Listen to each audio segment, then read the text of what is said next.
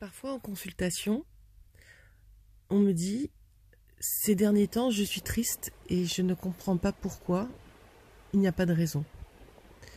Alors c'est vrai qu'on peut passer par des états de tristesse dans notre vie qui ne sont pas reliés à un événement comme un deuil, la perte de quelqu'un, une séparation, un déménagement ou un mal-être lié à un rejet ou à l'abandon de quelqu'un.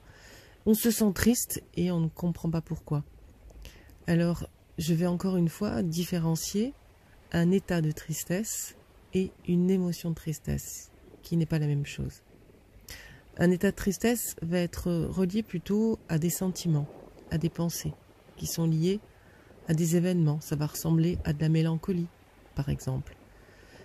Donc cet état va être relié à du passé, ou alors à une anticipation négative du futur. Alors qu'une émotion de tristesse, elle, va être reliée à du présent. Alors, on n'identifie pas forcément la raison pour laquelle nous sommes tristes, mais en tout cas, l'émotion de la tristesse, et la tristesse en général, marque un changement de repère. Vous pourrez voir qu'à chaque fois que vous êtes triste, il y a effectivement un événement lié au passé, au présent, ou au futur, qui nous montre que nous allons changer de cadre dans notre vie. Alors c'est un très bon indice justement pour s'y préparer quand on est conscient de cela. Donc différenciez bien un état de tristesse relié à une manière de penser, à une émotion de tristesse que nous ressentons dans le présent. Parfois, quand nous faisons un travail sur le corps, donc qui va permettre de décharger les émotions stagnées dans le corps quand nous n'avons pas l'habitude de pleurer souvent, de montrer en fait nos émotions, parce que le corps prend sans arrêt des charges émotionnelles et est censé dans le présent décharger ces charges émotionnelles, puisque les émotions ne sont que des indicateurs, des baromètres de ce qui se passe dans l'invisible pour nous prévenir, pour que nous puissions nous positionner. Donc, quand nous faisons un travail sur le corps, ça va permettre de libérer ces charges émotionnelles contenues dans le corps, parfois depuis l'enfance. Donc, il y a deux raisons pour vivre ces états de tristesse quand nous ne comprenons pas bien ce qui se passe.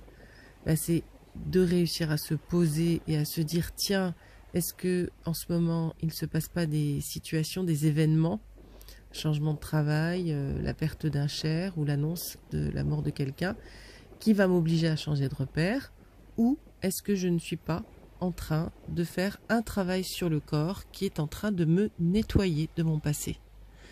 Dans ce cas-là, s'il n'y a aucun événement dans le présent qui pourrait déclencher cette tristesse, eh bien c'est sans doute un nettoyage de ce passé. Alors c'est essentiel parce que les émotions stagnées dans le corps, médecine traditionnelle chinoise, on dit qu'un excès de tristesse va enclencher un dérèglement de certains méridiens, comme le méridien du poumon, et donc pourrait arriver à mettre une désorganisation dans le corps, du système pulmonaire par exemple. Donc il est important de faire ce nettoyage émotionnel. Alors il y a plein de choses qui peuvent amener ce nettoyage et qui peuvent enclencher ce nettoyage, comme les soins Reiki, les massages ou d'autres travails sur le corps. Donc essayez de prendre du recul, de vous poser pour vous demander, quand vous vivez ces débordements de tristesse, s'il y a une raison dans le présent, soit vous êtes en train de faire un travail sur le corps, soit il se passe la perte de quelque chose dans votre vie, matérielle, physique ou humain. Donc la tristesse, comme les trois autres émotions, la colère, la joie et la peur, ce sont vraiment des indicateurs importants de ce qui se trame autour de nous. Donc n'en ayez pas peur, c'est plutôt naturel et plutôt sain de les ressentir. Et ce qui est encore plus sain, c'est de les ressentir et surtout de les décharger pour vous sentir immédiatement bien dans votre corps, bien dans votre tête pour pouvoir vous positionner derrière et gérer le présent encore mieux. Pleurez, pleurez, pleurez. Ça va vous faire énormément de bien. Voilà. Sans bien sûr tomber dans la mélancolie ou dans le drame. Là, on parle d'événements du présent ou de nettoyage d'un passé ancien.